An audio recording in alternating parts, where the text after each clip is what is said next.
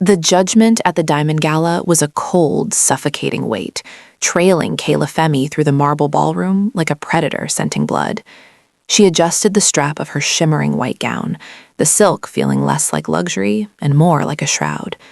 To the billionaires sipping vintage Bordeaux, she was a glitch in the software, a beautiful intruder whose natural curls and deep mahogany skin stood out too boldly against their sterile, diamond-crusted world.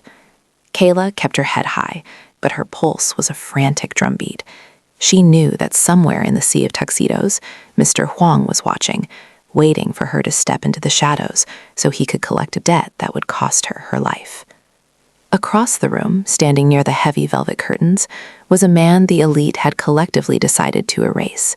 He wore a simple black suit, devoid of the gold cufflinks and designer labels that define the room.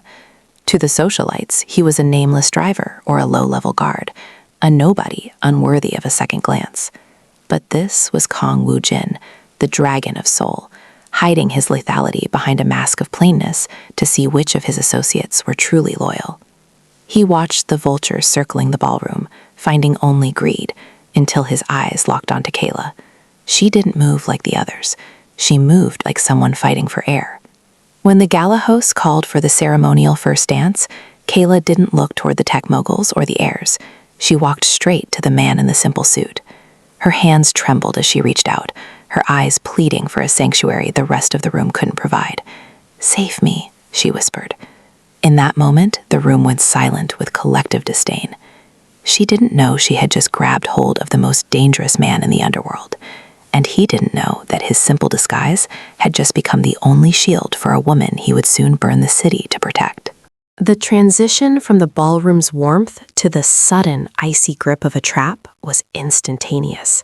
As Kaylah stood anchored by Woo-Jin's steady heartbeat, the heavy velvet curtains behind them parted. Mr. Huang stepped into the light, his face a mask of simulated shock. He wasn't alone. The gala's security chief and a small cluster of wide-eyed socialites followed in his wake, their gasps cutting through the music like jagged glass. "Search her," Huang commanded, his voice carrying the authority of a man who had already written the ending to the scene. Before Kaylah could recoil, a security guard reached for the small silk clutch hanging from her wrist. With a swift, practiced movement, he upended it. Amidst her lipstick and keys, a river of liquid fire spilled out, the heart of Seoul, 100-carat blue diamond necklace that had been the center of the night's charity auction. The room went deathly silent. The nobody in the white dress was no longer just an intruder. She was a thief caught in the act. "I didn't take that," Kaylah whispered, her voice trembling as she looked at the glittering trap at her feet.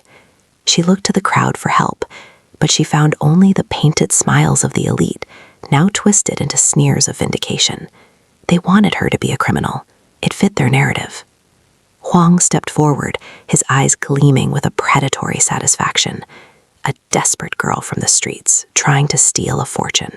"Call the police. She won't be running anymore."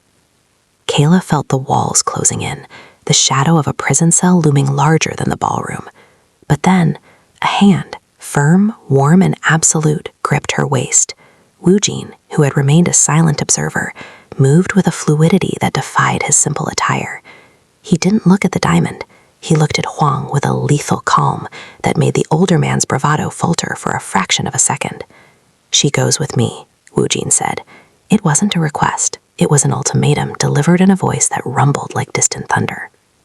"And who are you to stop?" Huang started, but the words died in his throat as Woo-Jin adjusted his collar, deliberately revealing the dark rose and mandala tattoo climbing his neck. The security guard froze. He recognized the mark. He recognized the dragon. In the heartbeat of hesitation that followed, Woo-Jin didn't wait for the sirens. He leaned into Kaylah's ear, his breath a hot contrast to the cold fear in her veins. "Trust me," he murmured. He didn't give her a choice. He swept her toward the service exit, his body a human shield against the cameras and the accusations. As the heavy doors swung shut behind them, the sounds of the gala faded, replaced by the roar of a high-performance engine idling in the rain-slicked alley. The chase had begun, and Kaylah was no longer just a fugitive. She was the dragon's most precious cargo.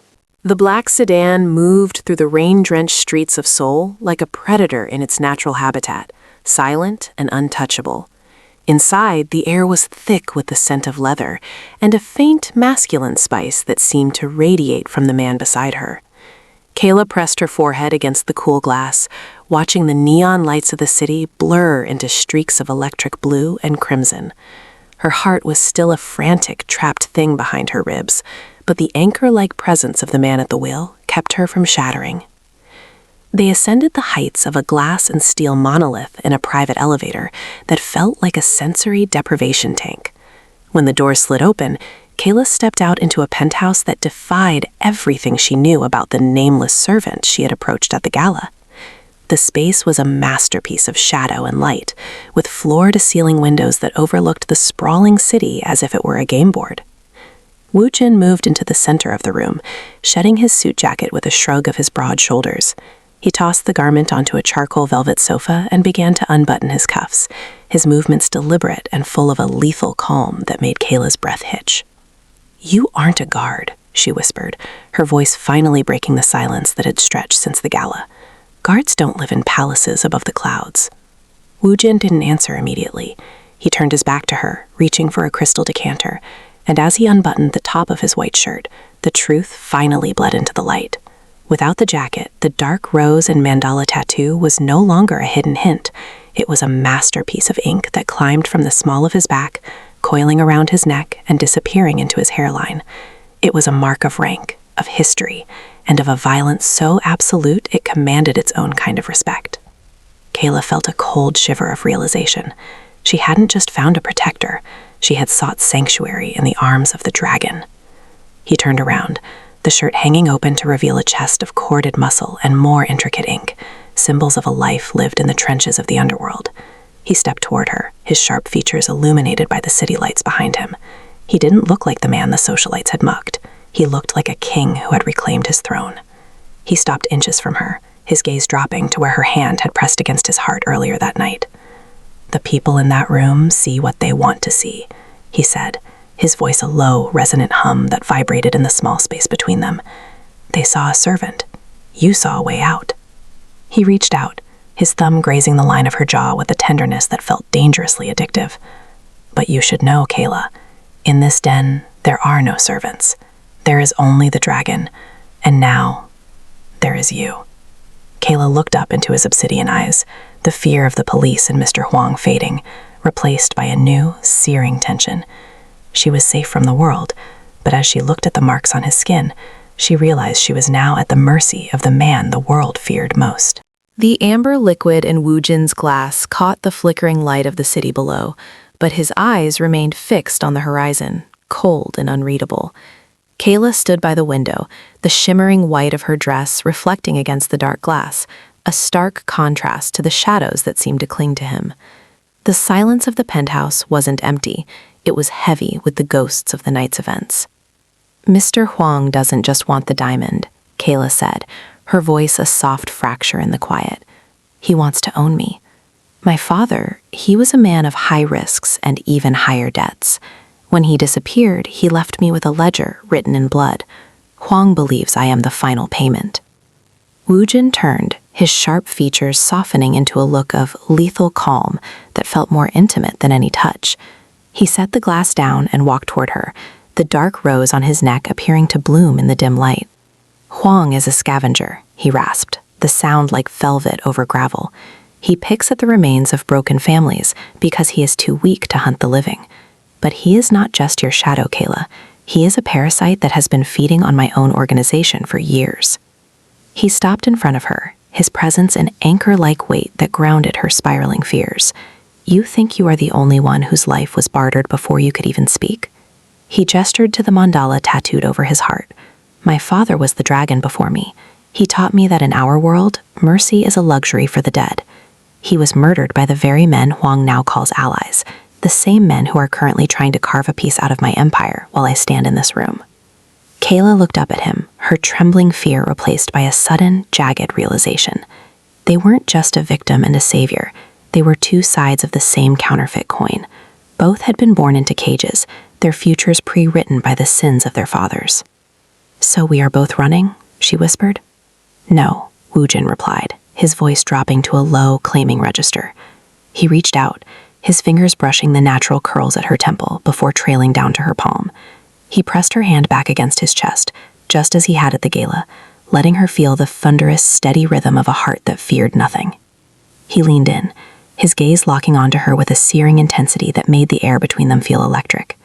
"His debt is with me now, Kaylah, and in my world, we don't pay in diamonds. We pay in blood."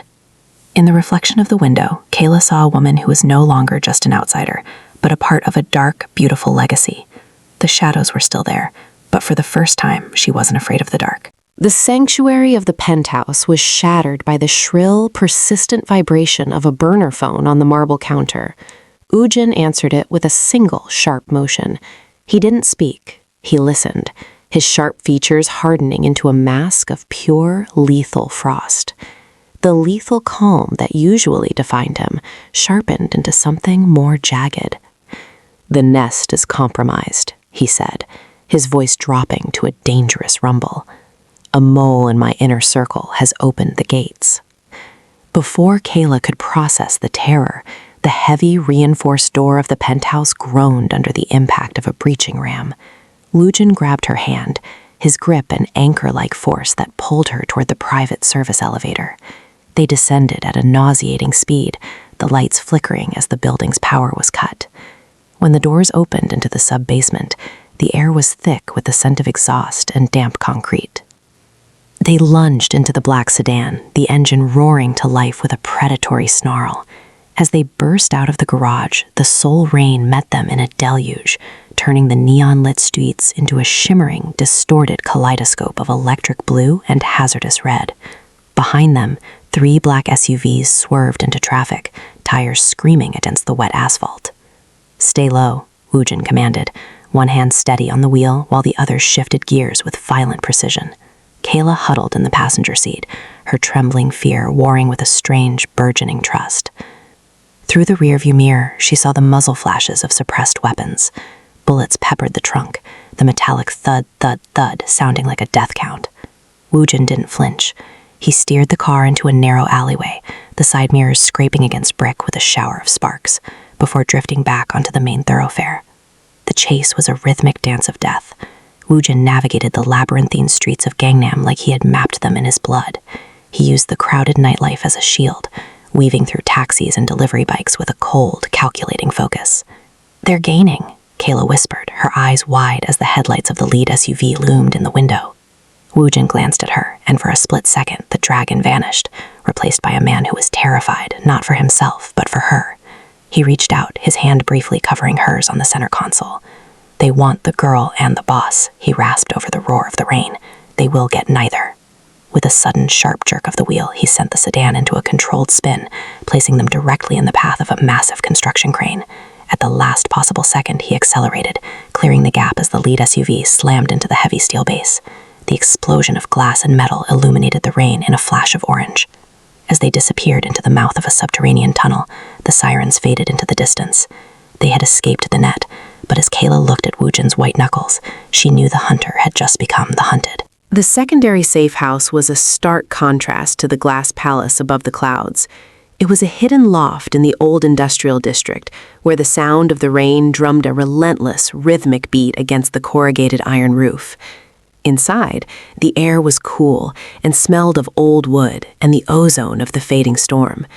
The only light came from the warm, amber glow of a few stray candles and the distant, pulsing neon of the city reflecting off the damp walls. Woo-Jin sat on the edge of a low cot, his shirt discarded on the floor. The lethal calm that usually defined him had softened into a heavy, visible exhaustion. In the flickering candlelight, the dark rose and mandala tattoo seemed to breathe against his skin, a masterpiece of shadow and ink that told a story of 1,000 battles fought in the dark. Kaylah approached him slowly, her white gala dress now torn at the hem and stained with the grit of their escape. She didn't feel like a victim anymore. She felt like a witness. She knelt behind him, her breath hitching as she saw the fresh purple bruise blooming near his shoulder, a souvenir from their frantic flight. "You're hurt," she whispered. Woo-Jin didn't move, but his muscles tensed under her gaze. "It's nothing. A ghost of a graze." Kaylah reached out, her fingers trembling as she touched the edge of the mandala over his heart. Her skin was deep mahogany against the black ink and the pale bronze of his back. She began to trace the intricate lines, her touch as light as a feather. She followed the coiling stem of the rose as it climbed towards his neck, her fingertips memorizing the texture of his history. To the world, these marks were a warning. To her, they were a map of everything he had sacrificed to become her sanctuary. As her hand moved, the air in the loft became thick, pressurized by a physical chemistry that had been simmering since the moment they locked eyes at the gala. Woo-Jin let out a low, ragged breath, his anchor-like composure finally fracturing. He turned, catching her wrist in a grip that was firm but impossibly tender. He looked up at her, his obsidian eyes no longer cold. They were burning with a hunger that was raw and undisguised. He tracked the pulse jumping in her throat, his gaze lingering on the elegant curve of her lips. The silent boss was gone, replaced by a man who was drowning in the sight of her. "Kaylah," he rasped, his voice a jagged vibration that sent a jolt of electricity through her. She didn't pull away. Instead, she leaned in, her natural curls brushing against his forehead. "I'm not running anymore, Woo-Jin." He pulled her closer, his hand sliding into the hair at the nape of her neck, tilting her head back. When his mouth finally crashed against hers, it wasn't a question. It was a reclamation. The kiss tasted of salt, rain, and the desperate, forbidden heat of two souls who had finally found home in the heart of a storm. In the shadows of the loft, the mafia boss and the outsider vanished, leaving only a man and a woman, anchored to each other as the world burned outside. The fragile peace of the loft was shattered by the cold glow of Kaylah's phone, vibrating against the wooden table like a death rattle. She pulled away from the warmth of Woo-Jin's chest, her heart plunging into a familiar, icy dread. On the screen was a single video file from an unknown number. With trembling fingers, she pressed play. The image was grainy, set in a windowless basement. Tied to a metal chair was her best friend, Maya, her face bruised and her eyes wide with a terror that mirrored Kaylah's own. Standing behind her, his hand resting casually on her shoulder, was Mr. Huang. He didn't say a word. He simply held up a digital clock showing a countdown of 3 hours. Then the screen went black. "No," Kaylah breathed, the word a ragged sob. "Maya has nothing to do with this. She's innocent." Woo-Jin was beside her in an instant, his lethal calm returning like a suit of armor as he watched the frozen frame of the video. The dark rose on his neck seemed to tighten with his jaw. "It's a tether," he rasped, his voice grounding her. "He knows he can't find us, so he's making you find him." Kaylah stood up, her movement frantic. She began to grab her discarded shoes, her mind a whirlwind of desperate plans. "I have to go. He wants me, Woo-Jin. If I go back to him, he'll let her go. I can't let her die because I tried to be happy for one night." She turned toward the door, but Woo-Jin moved with the speed of a predator, blocking her path. His anchor-like presence was immovable. "You go there, and you both die. He's done playing games, Kaylah." "Then let me go," she shrieked, her voice cracking as she pushed against his chest. "You've done enough. You saved me at the gala, you protected me in the rain, but this is my debt. If I stay with you, he'll burn everything you have just to get to me. I'm a curse to you." Woo-Jin caught her wrists, his grip firm but laced with a searing tenderness that broke her heart.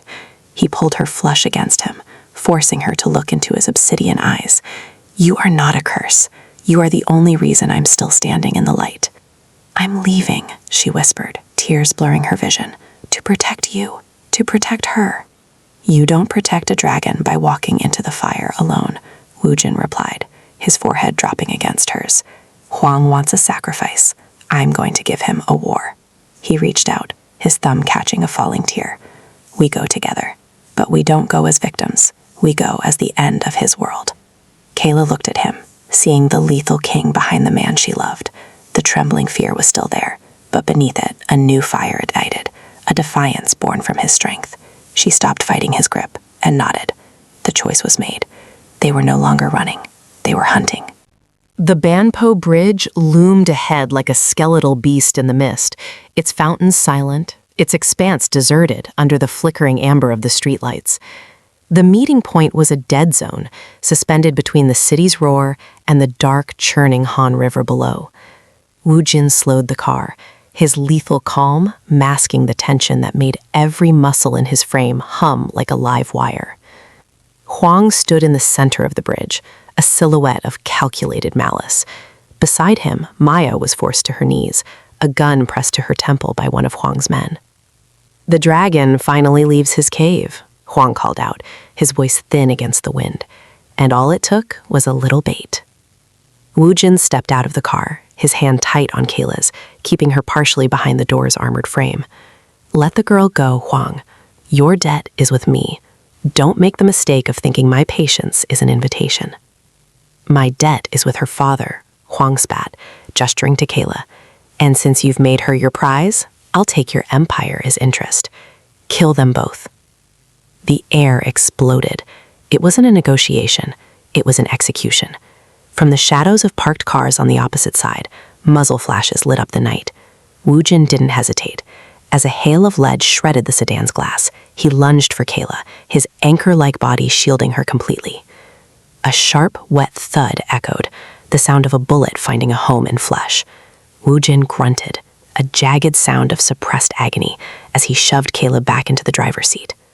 "Woo-Jin," she shrieked, reaching for him as he slumped against the frame, blood blossoming like a dark, morbid rose across the white of his shirt, staining the mandala over his heart. "Drive," he gasped, his voice a broken rasp. He fumbled for his weapon, firing a rhythmic, suppressing volley that forced Hwang's men back just long enough for Maya to scramble toward the shadows. "Kaylah, move." Fear, cold and paralyzing, tried to take her, but she looked at the blood on his hands. The man who had become her sanctuary was now the one who was breaking. The trembling victim died in that moment. Kaylah lunged across the center console, grabbing the steering wheel with a white-knuckled grip. She slammed the car into reverse, the tires screaming in a cloud of burnt rubber as she swerved around the incoming SUVs. Bullets shattered the rearview mirror, but she didn't flinch. She shifted into drive, flooring the accelerator. Woo-Jin fell heavily into the passenger seat, his eyes fluttering, his breath coming in shallow, ragged hitches. Kaylah navigated the bridge with a desperate newfound ferocity, weaving through the pillars as the city lights blurred into a streak of neon. "Stay with me," she commanded, her voice no longer a whisper, but a vow. She was no longer the girl being saved. She was the one holding the wheel of their destiny. Behind them, the shadows of the bridge faded, but as she looked at the rising crimson on his chest, she knew the real battle to keep him alive had only just begun. The basement of the safe house smelled of antiseptic and iron, a cold contrast to the humid night outside. Kaylah's hands, once trembling and fragile at the gala, were steady as she tightened the final bandage across Woo-Jin's ribs. She had spent the last 3 hours pulling him back from the threshold of the dark, her white dress now a ruin of crimson and ash. Woo-Jin's eyes snapped open, no longer clouded by pain, but sharpened into obsidian glass. The lethal calm had returned, but it was amplified now, vibrating with a frequency that felt like the earth before a quake. He reached for a burner phone on the bedside table, his fingers sure and deliberate. "Assemble the fleet," he whispered into the receiver. His voice was no longer a rasp, it was a decree. "The disguise is dead. Tell the city the dragon is awake." Within the hour, the industrial district was no longer silent. The low, synchronized growl of 100 engines signaled the arrival of the syndicate. Black sedans and heavy SUVs lined the asphalt, their headlights cutting through the Seoul mist like the glowing eyes of a subterranean army. Men in sharp, dark suits stood in perfect, terrifying formation. Not just soldiers, but a shadow nation waiting for its king. Woo-Jin stepped out of the shadows of the loft, his shirt discarded, the dark rose and mandala tattoo fully exposed and glistening under the street lamps. He didn't hide the scar from the bridge. He wore it like a brand of war. Kaylah stood at his side, her chin lifted, the natural curls of her hair catching the light. She was no longer the outsider seeking sanctuary. She was the anchor for the man who held the city's pulse in his hand. The rank and file bowed as one, a wave of submission that rippled through the cold air. The nameless servant from the gala was gone. In his place stood the supreme boss, a man whose presence was so anchor-like it seemed to pull the very oxygen from the room.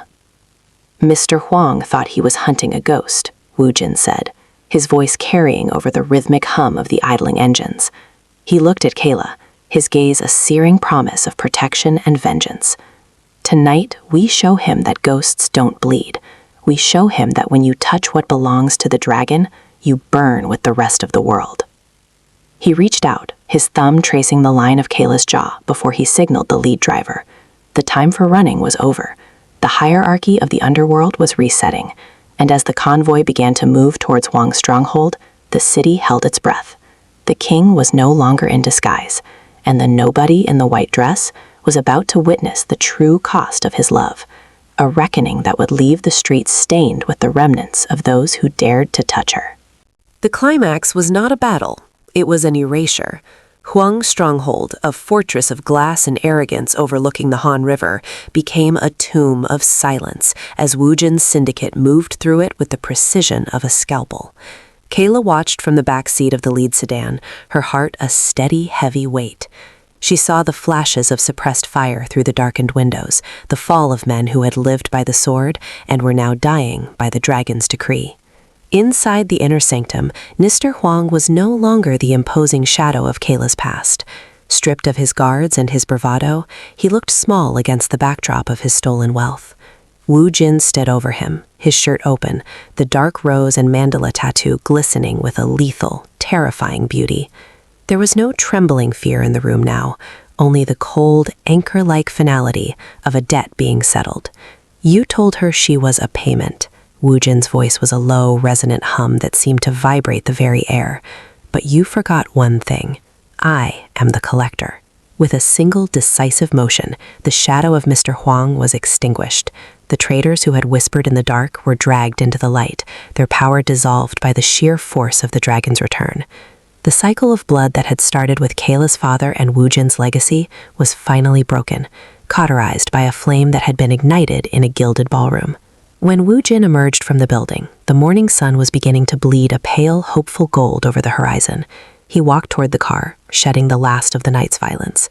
He was no longer in disguise, no longer the nameless servant, or even the silent boss.